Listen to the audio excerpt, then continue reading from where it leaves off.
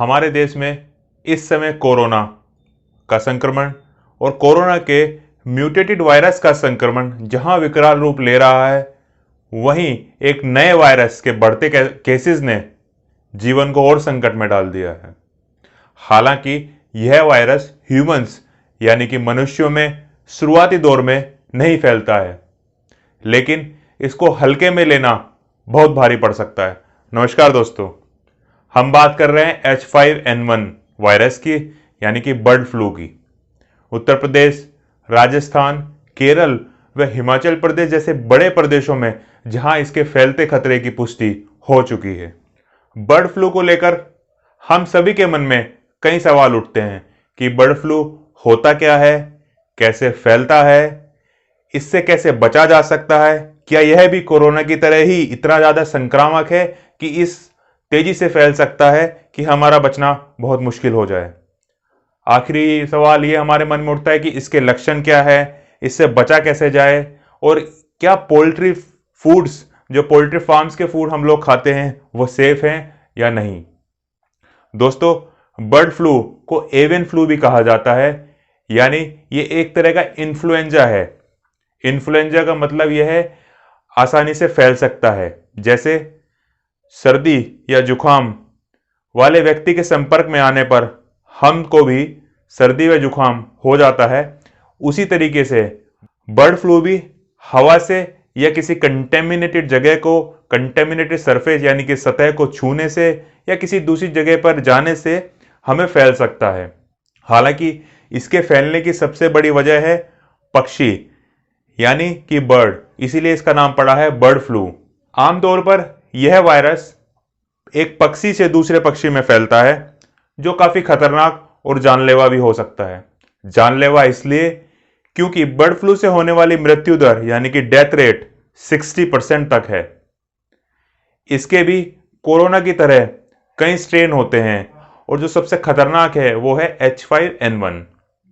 वैसे तो आमतौर पर यह जल्दी से मनुष्य में नहीं फैलता है, पर बर्ड फ्लू से सतर्क रहने और समय पर इसका इलाज लेने के लिए सबसे जरूरी है हमें इसके लक्षण का पता चल जाना। जैसे लक्षण नॉर्मल इन्फ्लुएंजा के होते हैं, ऐसे ही शुरुआती लक्षण बर्ड फ्लू के होते हैं। गंभीर लक्षणों में सांस लेने में तकलीफ व निमोनिया जैसी समस्या बर्ड फ्लू में हो जाती है। साधारण लक्षण के होने पर तो शुरुआती इलाज तो घर पर हो सकता है, पर गंभीर लक्षण में हमें बिल्कुल भी लापरवाही नहीं बरतनी है और समय पर ही टेस्ट कराकर ट्रीटमेंट लेना है। इसका टेस्ट भी दोस्तों कोरोना के टेस्ट की तरह ही होता है। जैसे रेस्पिरेटरी ट्रैक्ट यानी कि हमारे नाक व गले से स्वैब के थ्रू सैंपल लेकर उस पर इम्यूनोलॉजिकल टेस्ट किया जाता है, जिससे पता लगता है कि बर्ड फ्लू पॉजिटिव है या नेगेटिव है। जो लोग चिकन और पोल्ट्री प्रोडक्ट्स खाते हैं, उन सब के मन में इस समय एक ही ख्याल चल रहा है कि क्या पोल्ट्री प्रोडक्ट सेफ हैं, क्या उनको खाना सही रहेगा बर्ड फ्लू के चलते। दोस्तों, WHO व centre for disease control and prevention of USA यानी कि अमेरिका की जो centre for disease and control prevention agency है, उसकी रिकमेंडेशन ये है कि आप पोल्ट्री प्रोडक्ट्स को खा सकते हैं, लेकिन आपको उनको 70 डिग्री सेल्सियस यानी कि 70 डिग्री सेल्सियस की आंच पर पकाना होगा। उसके बाद उसको आप अच्छे से पकाकर खा सकते हैं, पर इसमें भी आपको एक बात का ध्यान रखना होगा, हाइजीन का। जब आप इसको प्रोसेस करते हैं, जब इसको आप बनाते हैं, जब इसको आप पकाते हैं, तो आपको प्रॉपर हाइजीन लेनी पड़ेगी, जिससे आप H5N1 के लक्षणों से, H5N1 के संक्रमण को बहुत हद तक कम कर सकते हैं। हालांकि अगर बचा जाए तो बचना बेहतर रहेगा, ये हमारी निजी राय है। दोस्तों, बर्ड फ्लू से बचने के लिए जब बर्ड्स जहां ज्यादा रहती हैं, जहां बर्ड्स का आना जाना रहता है, जहां मौसमी बर्ड्स यानी कि मौसम के हिसाब से आती जाती रहती हैं, वहां से आपको अपने आप को एक्सपोज होने से बचाना है।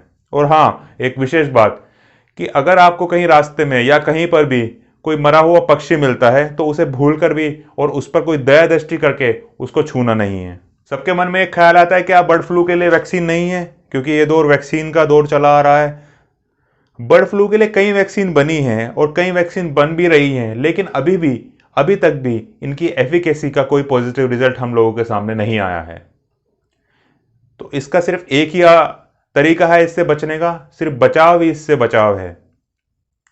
हम सबको इस खतरे से बचना है, तो अपने आप को इन सब चीज़ों से एक्सपोज होने से बचाना है। अगर हम लोग को पोल्ट्री फूड भी खाना है तो उसको प्रॉपर प्रोसेस करके, उसको साफ रख के, हाइजीन मेंटेन करके तब उसको खाना है। दोस्तों, वीडियो आपको इन्फॉर्मेटिव लगती है और मेरा काम पसंद आता है तो चैनल को प्लीज़ सब्सक्राइब कर दीजिएगा और लाइक व शेयर व कमेंट करके इन्फॉर्मेशन को सभी तक फॉलो करें, जिससे कि सब लोग अपने आप को अवेयर कर सकें। धन्यवाद दोस्तों।